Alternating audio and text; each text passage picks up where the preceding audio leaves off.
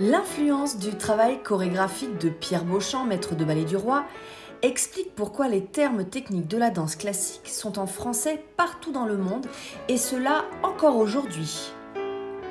L'en-dehors est d'ailleurs l'une des caractéristiques particulières de cette danse.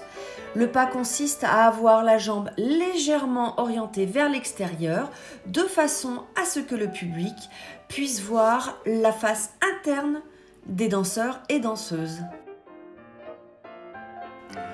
Au XVIIIe siècle, le ballet devient un spectacle artistique au même titre que l'opéra.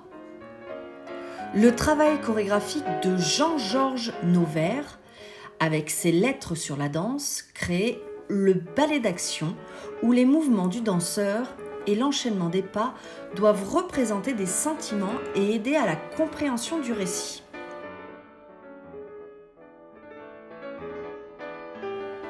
Fondateur du ballet moderne, il a joué un rôle crucial dans le développement de la danse.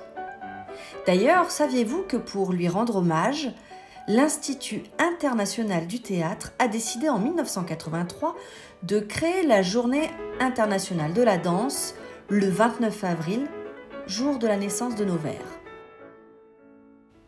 Au XIXe siècle, on voit une accélération de la codification de la danse classique. De nombreux écrits sont publiés, notamment sur l'art de la chorégraphie et l'enseignement de la danse classique. La danse classique a alors 9 principaux codes. L'en-dehors, les 5 positions de Beauchamp, mais aussi l'aplomb, la rigueur et la netteté. Le tutu et la technique des pointes utilisées pour la première fois en 1801 font leur apparition à l'Opéra de Paris en 1832 lorsque Marie Taglioni danse dans La Sylphide.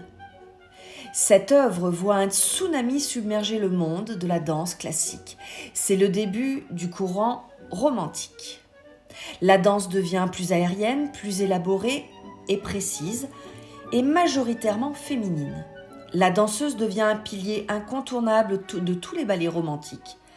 Le rôle des hommes devient secondaire. Ils ne sont plus présents que pour être porteurs de la ballerine. L'utilisation des pointes, ces chaussons à la pointe renforcée et permettant à la danseuse de se tenir sur ses orteils et non sans se faire mal, se généralise.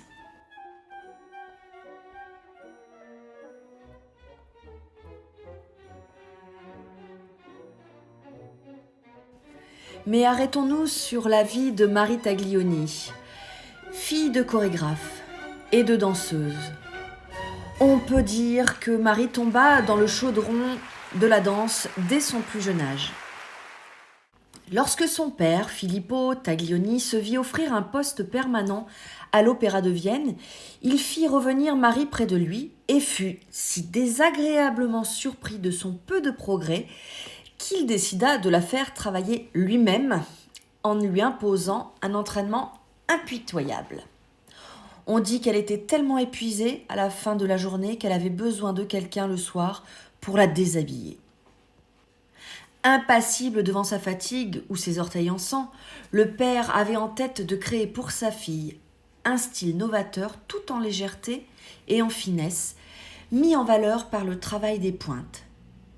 Ces envolées éthérées étaient en outre soulignées par des ports de bras délicats et des postures du buste très particulières qui devinrent la caractéristique de l'école romantique, mais que beaucoup d'historiens de la danse pensent avoir été destinés en réalité à contourner le problème de colonne vertébrale de Marie. Ses débuts feront époque, c'est le romantique appliqué à la danse, écrivit Le Figaro.